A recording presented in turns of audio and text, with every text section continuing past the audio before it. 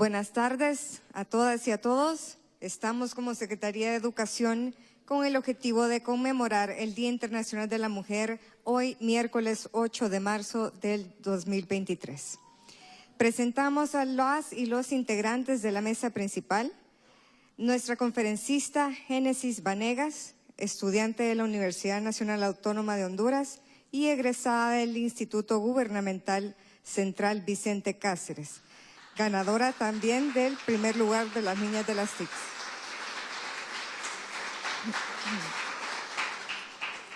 Seguidamente tenemos al profesora Alana Domínguez, subdirectora general de Educación Básica.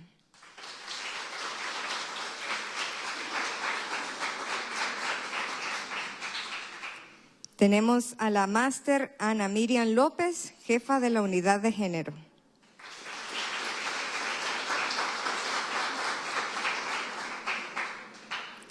El máster Servio Tulio Mendoza, de la Secretaría de la Mujer.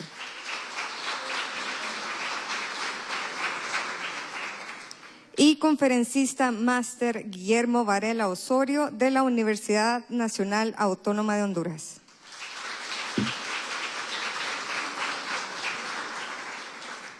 Para dar la bienvenida al evento, vamos a llamar a la profesora Ana Miriam López, coordinadora de la Unidad de Género de la Secretaría de Educación. Hola, buenas tardes. En nombre de la Unidad de Género de la Secretaría de Educación, tengo el agrado de poderles dar una cordial bienvenida a todas y todos, pero en especial a mis compañeras de la Secretaría de Educación y pedirles en esta grata bienvenida que les estamos dando un fuerte aplauso para nuestros educandos y educandas. Ellas están y ellos este día en representación de toda la niñez del sistema educativo que dirige esta Secretaría de Educación. Sean bienvenidos y bienvenidas y muchas gracias.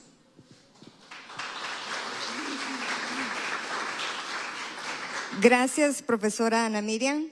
Llamamos a continuación a la profesora Tania Mendoza.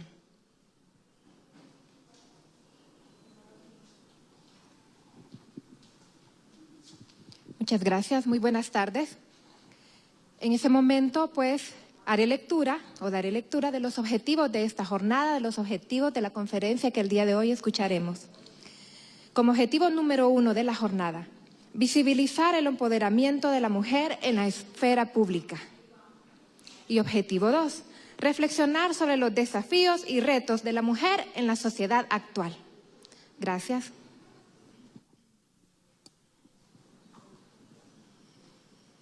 Gracias, profesora Mendoza. Seguidamente pasamos a la participación de la profesora Alana Domínguez.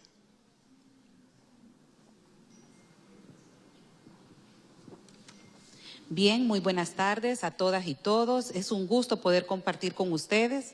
Como Secretaría de Educación estamos plenamente convencidos y convencidas que la refundación del país pasa por transformar todas esas prácticas pedagógicas con enfoque de género. Y es importante que en este día 8 de marzo podamos recordar a esas mujeres que han transformado nuestra vida, aquellas mujeres como abuelas, tías, maestras, diferentes áreas y campos del conocimiento. ¿Qué nos invita a esto? Que cada una debemos de reconocer el aporte que hacemos a la sociedad. Como Secretaría de Educación estamos comprometidos y comprometidas para que desde cualquier ámbito de nuestra competencia podamos estar estableciendo el cambio. Cada vez que nosotros pensemos que estamos tomando una decisión para beneficiar a cualquier niño, niña o alguien de nuestra familia, debemos de estar pensando que así estamos ampliando esa cobertura, esa justicia social que cada uno de nosotros necesitamos. Qué bueno saber que estamos compartiendo en este día y esperamos que disfruten esta jornada. Muchas gracias.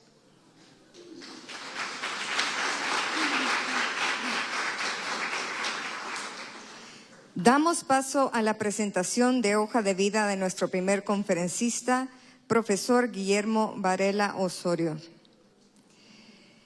Actualmente cursa sus estudios de posgrado en programa de doctorado en América Latina Contemporánea en el Instituto Universitario Ortega y Gasset de Madrid y una maestría en Historia Social y Cultural de la Universidad Nacional Autónoma de Honduras.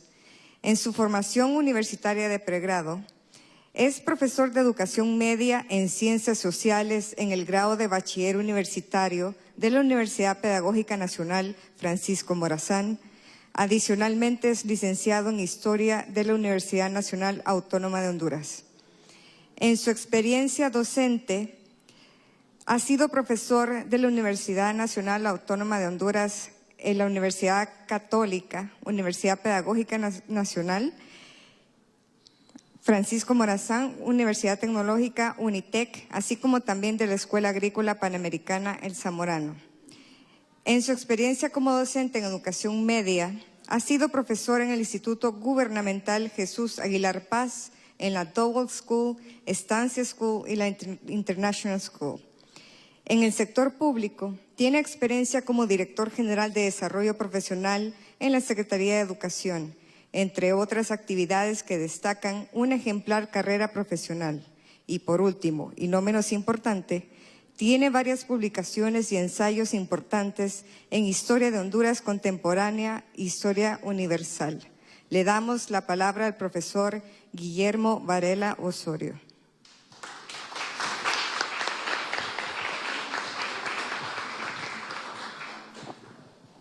Bien, muy buenas tardes a todas y también a todos, porque aunque la mayoría son damas, también hay caballeros, en un día en que estamos honrando el Día Internacional de la Mujer, decretado por Naciones Unidas en 1975.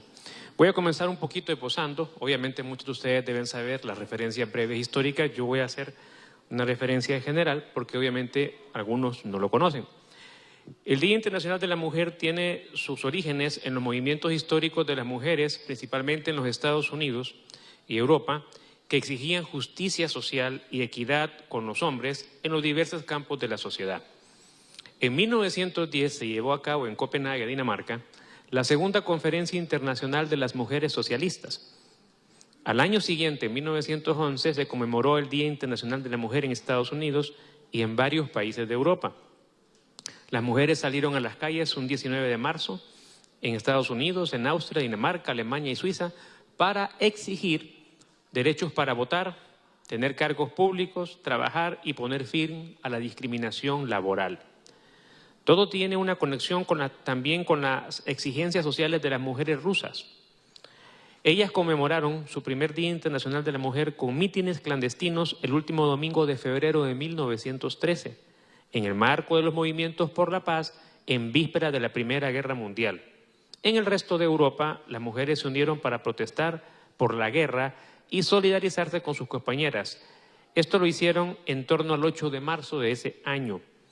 La relación con el 8 de marzo está en los calendarios. En Rusia se utilizaba el calendario juliano y en Europa el gregoriano. El domingo 23 de febrero de 1917, que coincide con el año de la Revolución Rusa, día de la histórica manifestación de las mujeres, que de hecho logró la abdicación del zar 4 días después, y luego se les concedió el derecho al voto a las mujeres. Esta medida estaba bajo el calendario juliano, y en la misma fecha, para el calendario gregoriano, correspondía al 8 de marzo. Tras la Segunda Guerra Mundial, el 8 de marzo comenzó a tomar protagonismo en muchos países, incluso antes de ser reconocido por Naciones Unidas como Día Internacional de la Mujer. Antes, en 1975, coincidiendo con el Año Internacional de la Mujer, las Naciones Unidas conmemoraron por primera vez ese Día Internacional, un 8 de marzo. Ahora bien, hay que decir que esto es la culminación del reconocimiento de una terrible injusticia histórica. Y de hecho, históricamente, la situación de la mujer respecto al hombre ha sido, en la mayor parte de la historia humana, deplorable. Un economista hondureño y filósofo, Carlos Avillón, en una obra que publicó en el 2008, dice lo siguiente, o mejor dicho, relaciona esta condición de subordinación de la mujer al hombre con relación al atraso económico y educativo de un país y en general del mundo hace casi 3 siglos, previo a la gran revolución industrial en el siglo XVIII.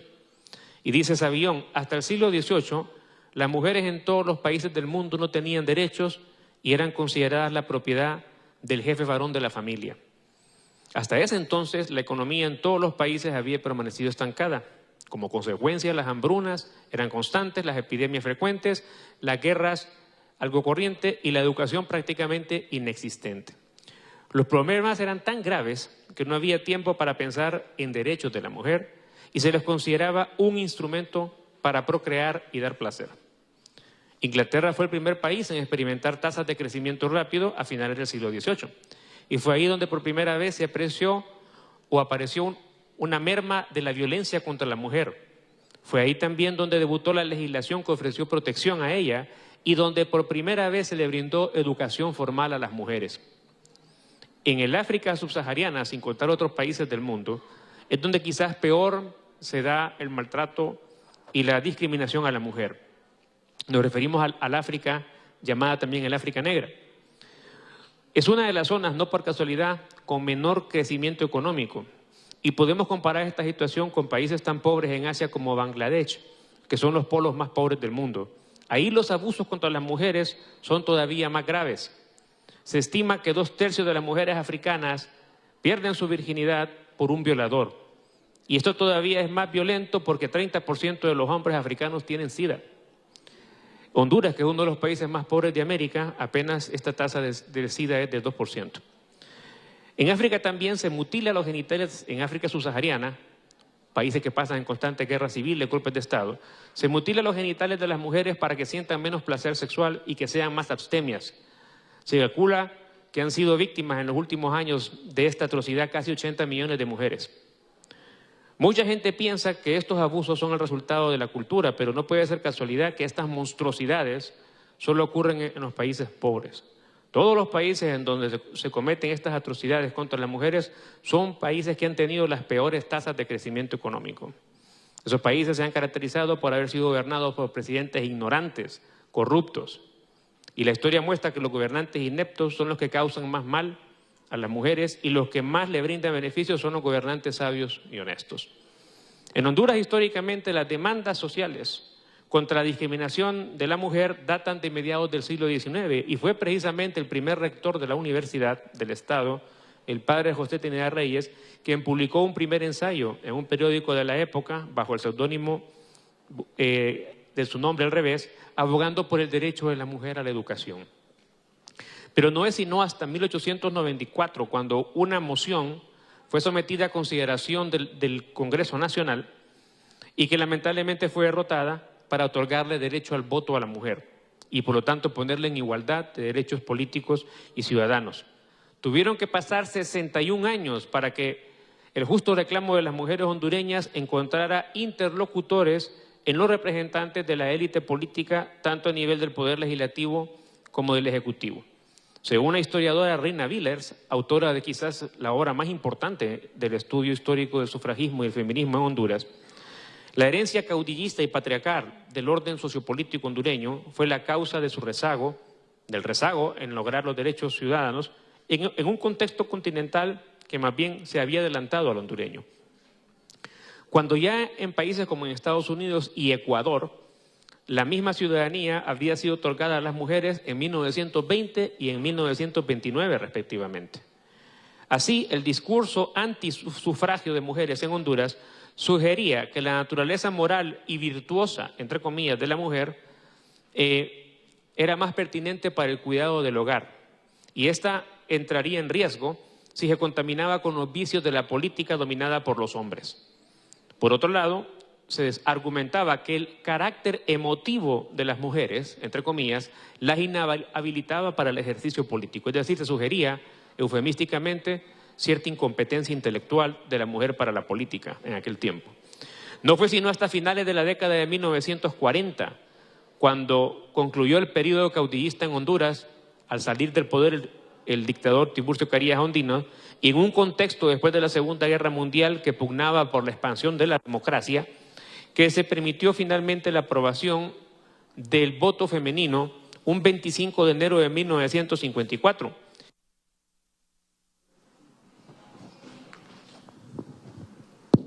Y luego fue ratificado por decreto número 29 del entonces presidente de Honduras, el señor Julio Lozano Díaz. Es importante mencionar que Reina Villars, autora del estudio del cual tomo estos datos, distingue dos momentos en el movimiento de las mujeres hondureñas. El sufragista, que se da sobre todo desde la década de 40 y parte del 50, y que culmina con el derecho de las mujeres al voto el 25 de enero de 1955, pero que fue una lucha que no desafió el orden patriarcal hondureño y se quedó nada más en el tema del voto. Y el movimiento feminista que comenzó a finales de los 80 y a principios de los 90 y que en los últimos años ha tenido una importante incidencia en la vida nacional, que reivindica no solo el derecho a la participación política de la mujer, sino a la verdadera equidad junto al hombre, más allá del derecho al voto, y esta se desarrolla, como dije, sobre todo a principios de la década de los 90. De entonces a la fecha, los desafíos de las mujeres hondureñas son múltiples, y aunque por primera vez en la historia una mujer ocupa la primera magistratura del país, el contexto sigue siendo muy adversa a la mujer hondureña. La violencia, el acoso, la desigualdad de salarios y oportunidades laborales y la pobreza permanecen vigentes. A esto se suma la cada vez mayor cantidad de mujeres y niñas en condición de migración irregular al norte. Solo en lo que va del año han migrado 20,000 niñas y mujeres hondureñas. También hay que decir que a la fecha, hasta este día, han sido asesinadas en lo que va del año 78 mujeres por causas violentas, y se está calculando ya que la tasa es superior a la del año pasado. Una mujer en Honduras es asesinada cada 19 horas con 37 minutos. Siendo la mayoría las mujeres en Honduras en un 53.3%, aproximadamente 5.112.114 personas, según el INE, en la última encuesta permanente de hogares, es ineludible para el Estado de Honduras saldar este pasivo histórico. Que hoy en día Honduras sea gobernada por una mujer nos mantiene aún con la esperanza en la posibilidad de cambios sustantivos en materia de políticas públicas que reivindiquen la dignidad de nuestras mujeres. Con todo, hay que finalizar diciendo: feliz Día Internacional de la Mujer. Muchas gracias.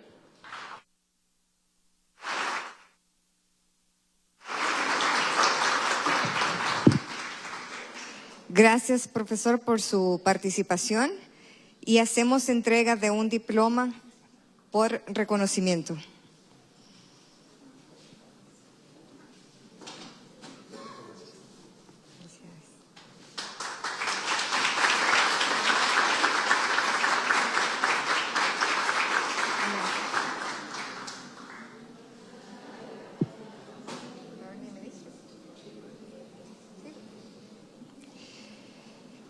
A continuación, tenemos la presentación del video ganador de la campaña Niñas en las TICs.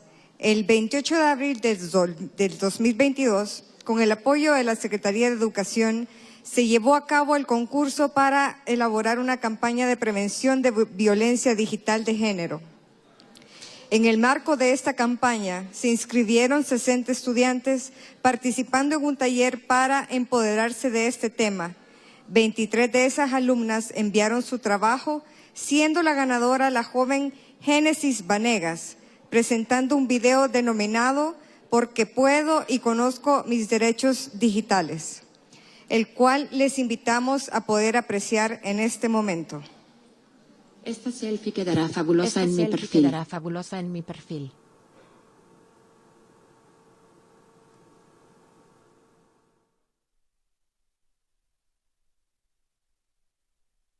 Me gusta mucho esa fotografía. Se la compartiré a mis amigos.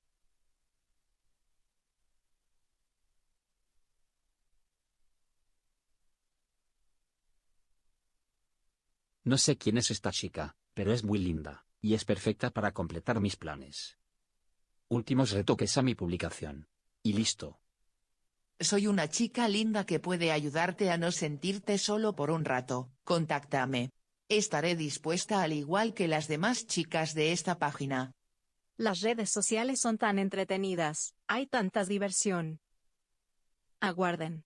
¿Acaso esa es mi amiga? Tendré que comunicarme con Gina. Tengo la impresión de que no fue ella quien publicó ese anuncio. Hola Juana. Me alegra que hayas llamado. Espera. ¿Qué? Pero si yo no he publicado ningún anuncio en ninguna página. Tienes razón, es mejor que hablemos personalmente, te espero en mi casa. ¿Qué piensas hacer al respecto, Gina? Tranquila, Juana, conozco mis derechos digitales y sé perfectamente qué debo hacer. Como sabrás, me gusta mantener mi privacidad en las redes sociales, es decir, que al momento de realizar una publicación solamente está dirigida hacia ciertas personas, por lo que será más fácil investigar quién compartió mi fotografía sin mi consentimiento. Yo te ayudaré a investigar, Gina, así que manos a la obra.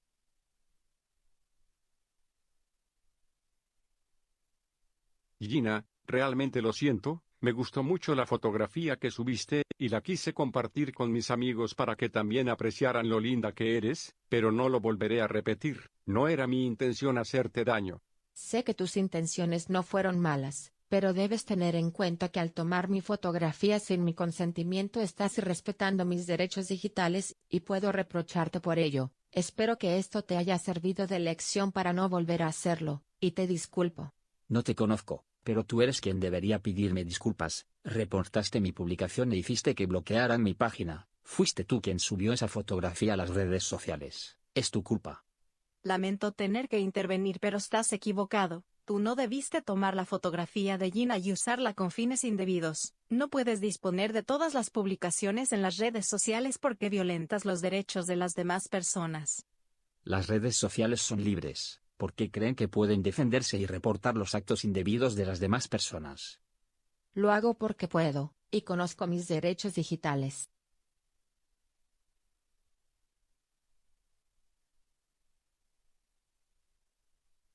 Hola, mi nombre es Gina. En esta ocasión, ayudaré a Génesis a presentar su campaña contra la violencia digital. Así como viste mi caso, existen muchos similares en el mundo, así que aprenderemos qué son los derechos digitales, y cómo actuar ante este tipo de situaciones. Comencemos.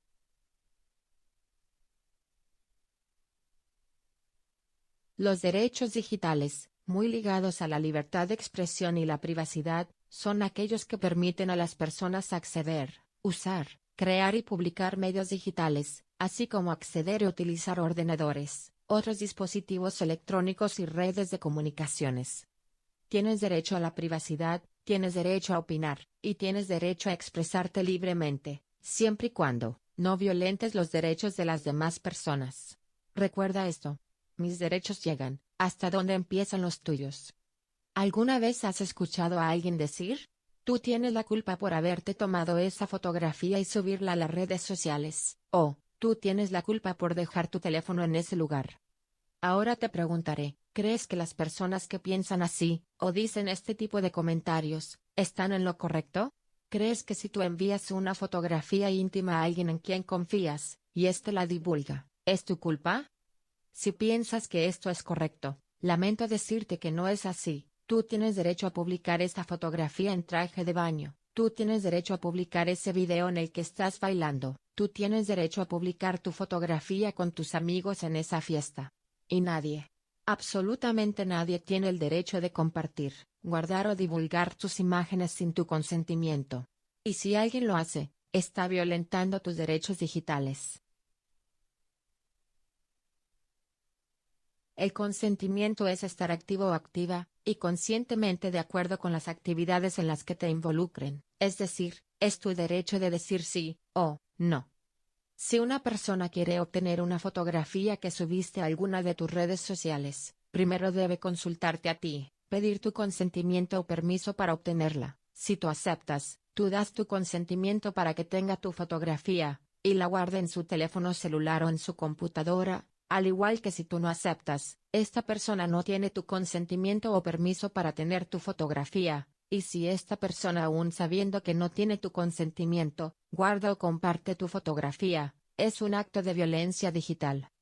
Si compartes una fotografía íntima con una persona, y ésta la divulga y la publica en las redes sociales sin tu consentimiento, está cometiendo un delito llamado pornografía no consentida, y cuando se trata de una persona menor de 18 años, se le llama pornografía infantil, que como sabemos, es un delito penado por la ley. Según la Organización de las Naciones Unidas, ONU, los derechos humanos existen, tanto en línea como fuera de ella, y deben respetarse cabalmente. Según nuestra Constitución, el artículo número 76 dice, se nos garantiza el derecho al honor, a la intimidad personal, familiar y a la propia imagen. El artículo 100 nos dice que, toda persona tiene derecho a la inviolabilidad y al secreto de las comunicaciones. El artículo 182 nos dice que, tenemos la garantía constitucional del habeas data. El habeas data, es la ley de protección de datos personales, protege tus datos de identidad, de salud si son usados sin tu consentimiento.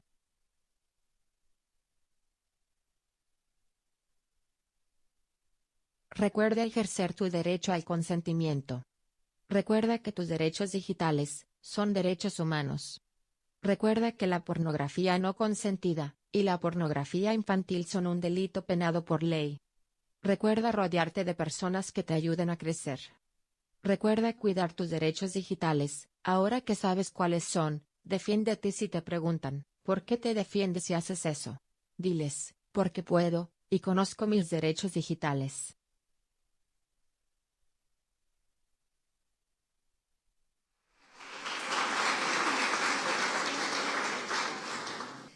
A continuación, escucharemos a Génesis Panegas. Le recibimos con un fuerte aplauso.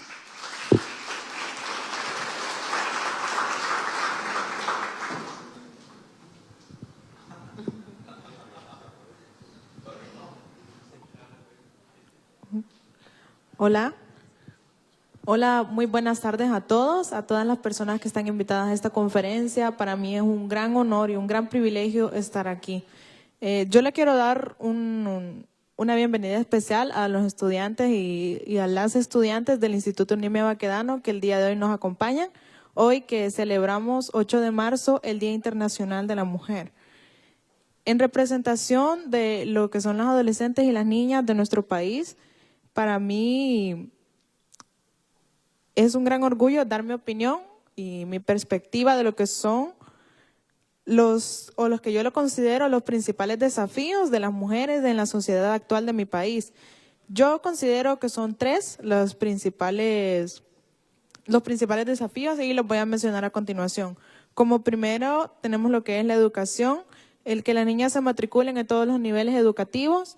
Sabemos que gracias a la falta de educación sexual, lo que nos ha impuesto como sociedad, que nos discriminan a nosotros las mujeres, es difícil y a veces es raro y contado en determinadas zonas que muchas niñas o muchas mujeres culminen cualquiera de los 3 niveles educativos, ya sea prebásica, en básica y educación media.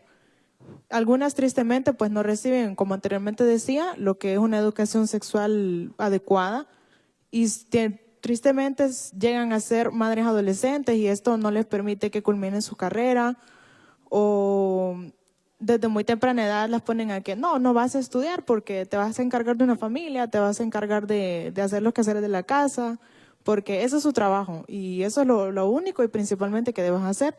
Y eso pues a mí la verdad me da mucha tristeza y creo que es una de las principales dificultades que presentamos. Como segundo punto, yo que también quería decir lo que es denunciar cualquier tipo de violencia.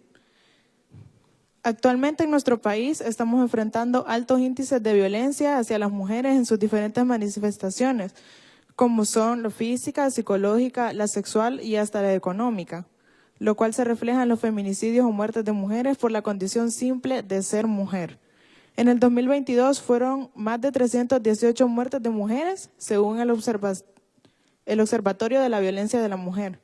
Y por último, también quería mencionar lo que es la igualdad de oportunidades en el campo laboral, que es que la mujer pueda acceder sin prejuicios a diferentes profesiones, oficios de trabajo y estos sean bien remunerados.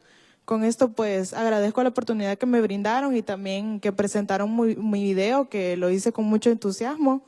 Y gracias a la información que me brindaron, yo pude conocer lo que era esto de los derechos digitales. Yo antes no tenía ni idea, la verdad. Y tristemente había presenciado casos de mujeres que sufrían de este tipo de violencia y yo no me daba cuenta, no sabía cómo ayudarles y me sentía muy mal, pero me gustaría que esto lo supieran todas las mujeres y principalmente que nos mantengamos unidas. Feliz Día de la Mujer.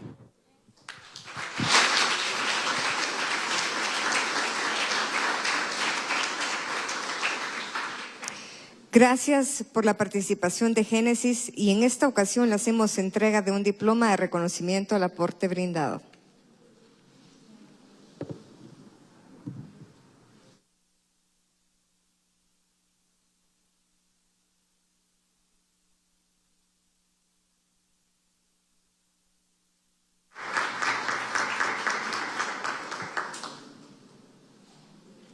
A continuación tenemos las palabras de nuestro ministro, el profesor Daniel Esponda.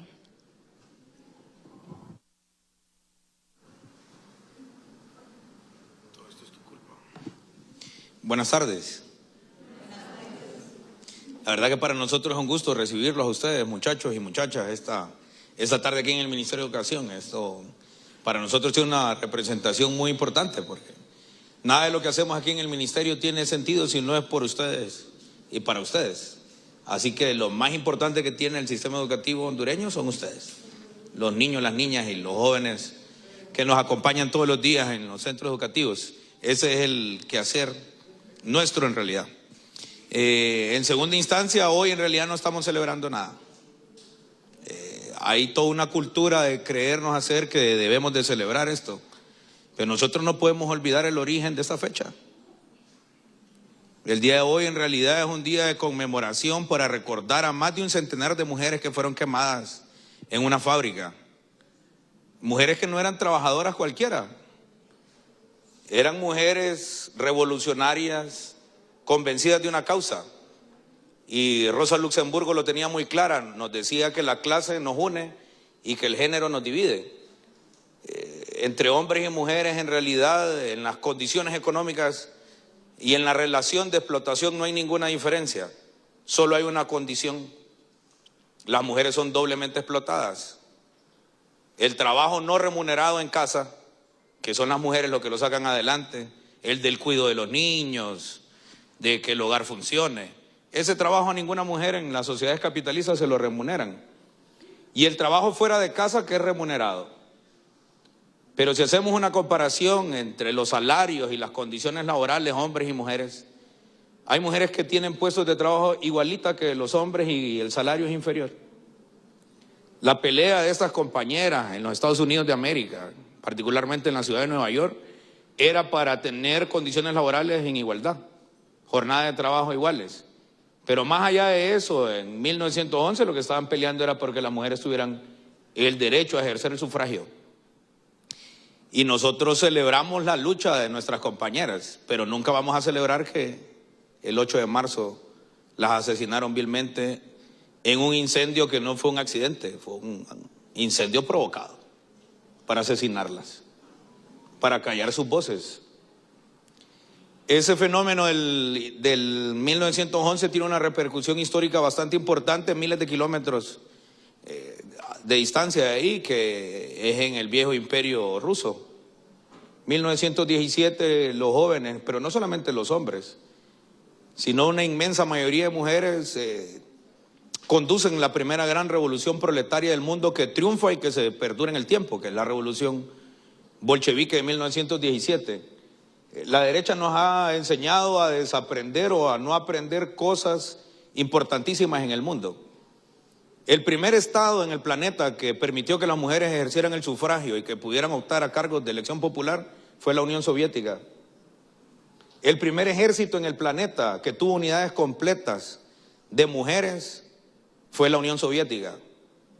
Es más, uno de los haces del aire más importantes que ha tenido toda la historia del mundo no son pilotos estadounidenses como nos enseñan las películas de Hollywood, pero tampoco fueron hombres. Fue una unidad de mujeres soviéticas que les apodaban los mismos alemanes las brujas del aire. Esas mujeres en la Unión Soviética tuvieron unos espacios que hoy todavía en nuestra sociedad son una pelea permanente. Es la igualdad en los puestos de trabajo, la igualdad en las condiciones salariales.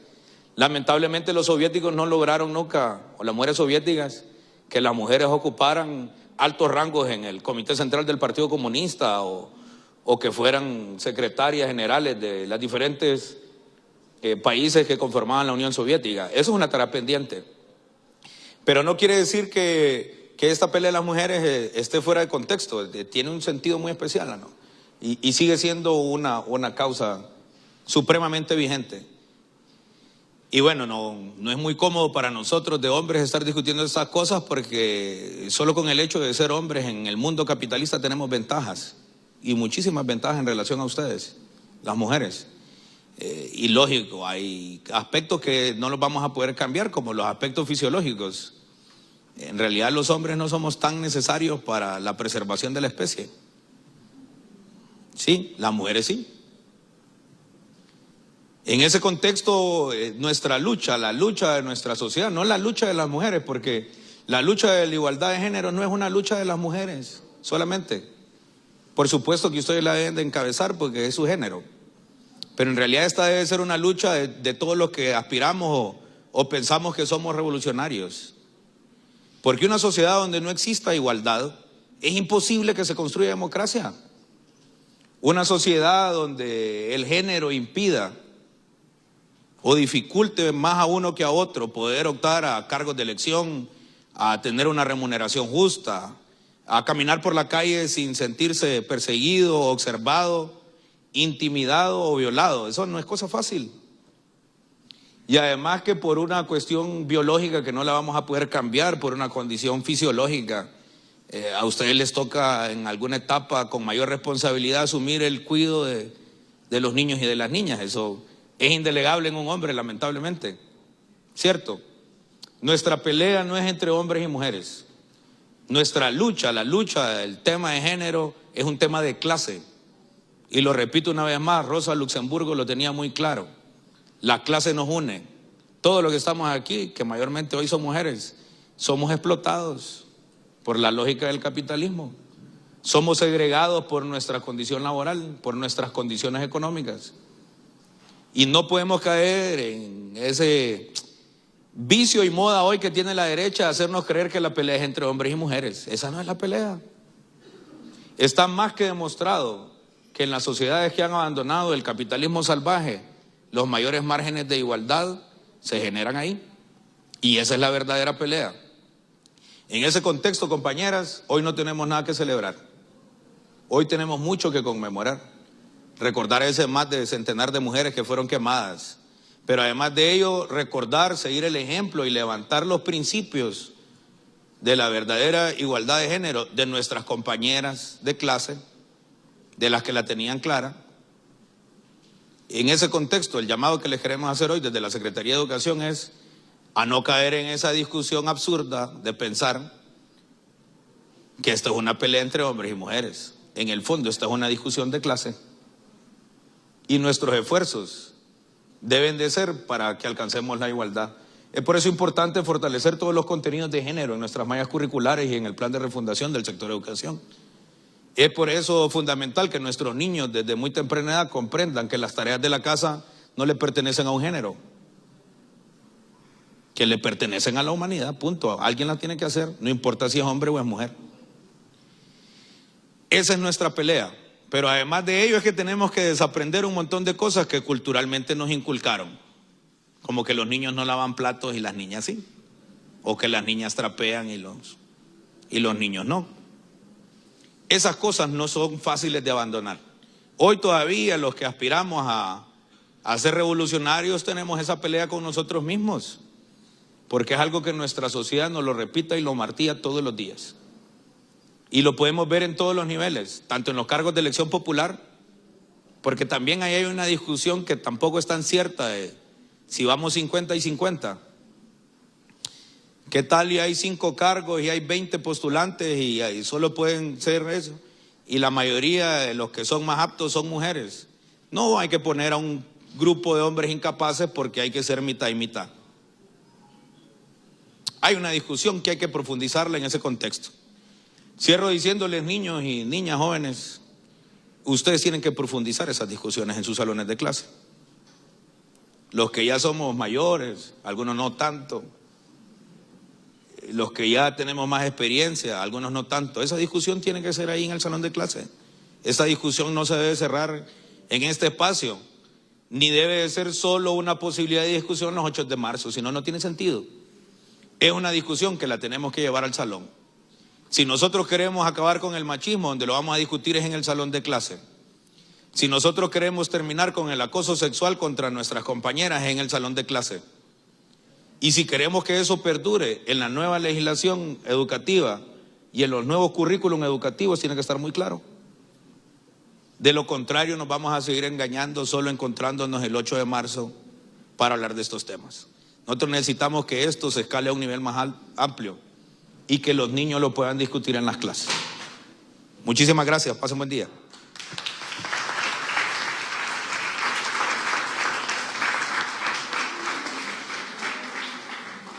Gracias, nuestro ministro.